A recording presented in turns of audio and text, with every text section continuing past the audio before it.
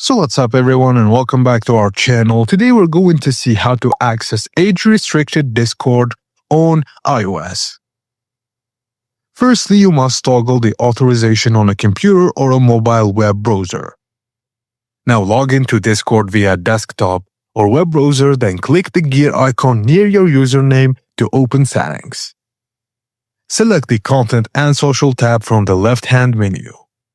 Locate the option for Allow Access to Age-Restricted Servers on iOS.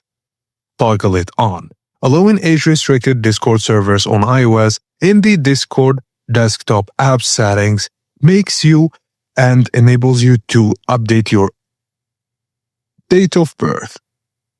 Also open Discord on your desktop or browser, then navigate to User Settings and select My Account.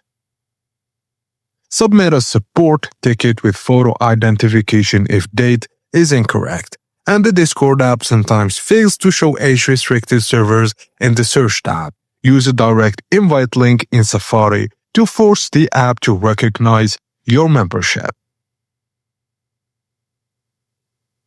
And that's it guys, as simple as that. Thank you for watching and please don't forget to like and subscribe for more tips and tricks like this.